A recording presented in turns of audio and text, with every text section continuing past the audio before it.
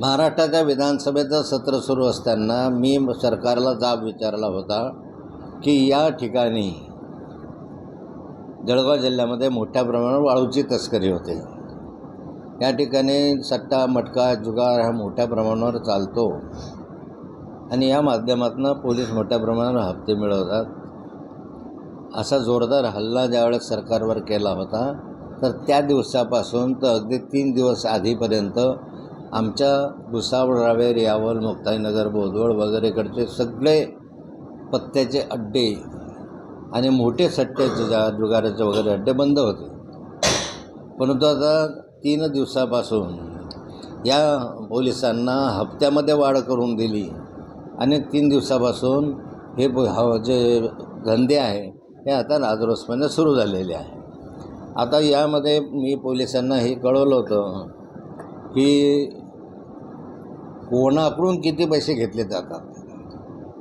भुसावळ, यावल वगैरे रावेर तालुक्यातल्या सगळ्या पेढीवाल्यांकडून सट्ट्याच्या पत्त्या किती कुणाचा हप्ता 50,000, 1 लाख, 2 लाख, 5 लाख असे घेतले होते।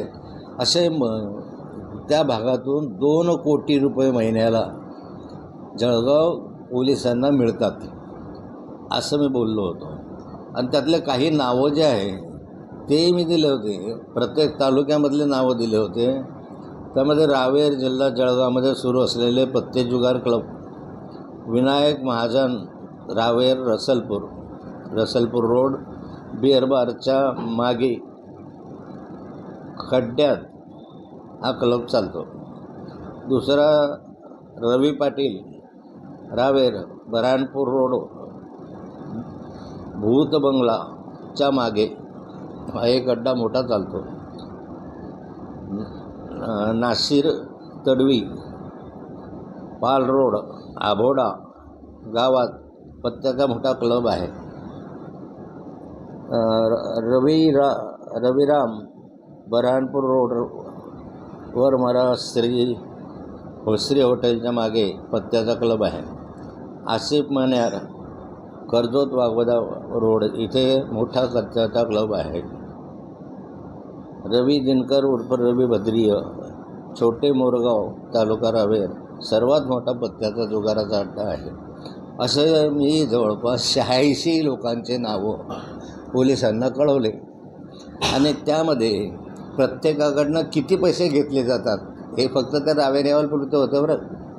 प्रत्येकाकडनं किती पैसे घेतले जातात हे पण लिहिलं होतं की या क्लबकडून 50,000 रुपये मिळतात, इथून 3 लाख मिळतात, इथून 2 लाख मिळतात आणि असं सर्व मिळून 2 कोटी रुपये मिळतात असा माझा आक्षेप आहे। आक्षेप नाही, मी पोलिसांना कळवलं होतं, वरही कळवलं होतं। आता या दृष्टिकोनातून जर एका ठिकाणी 2 कोटी रुपये मिळत असतील तर पोलीस कशाला लक्ष देतील बाकीच्या कायदा सुव्यवस्थेकडे? त्यामुळे राजकारण्यांना त्रास देण्यासाठी, नाथाभाऊवर गुन्हा दाखल करण्यासाठी पोलीस यंत्रणा जेवढी सतर्क आहे, ज्या नखाते नावाच्या अधिकाऱ्याने पोलिसांना फोन करून हा गुन्हा नोंद करायला सांगितलं रात्री 12 वाजता, ते एवढी जर यंत्रणा सक्षम आहे किंवा सतर्क आहे तर आता मी सांगितलेले हे कायदा सुव्यवस्थेचे प्रश्न आहे। मी नावानिशी सगळे पत्ते जुगार अड्डे वगैरे सगळे दिलेले आहे। आणखी बंद करून दाखवायला तुमच्यात ताकद असेल का?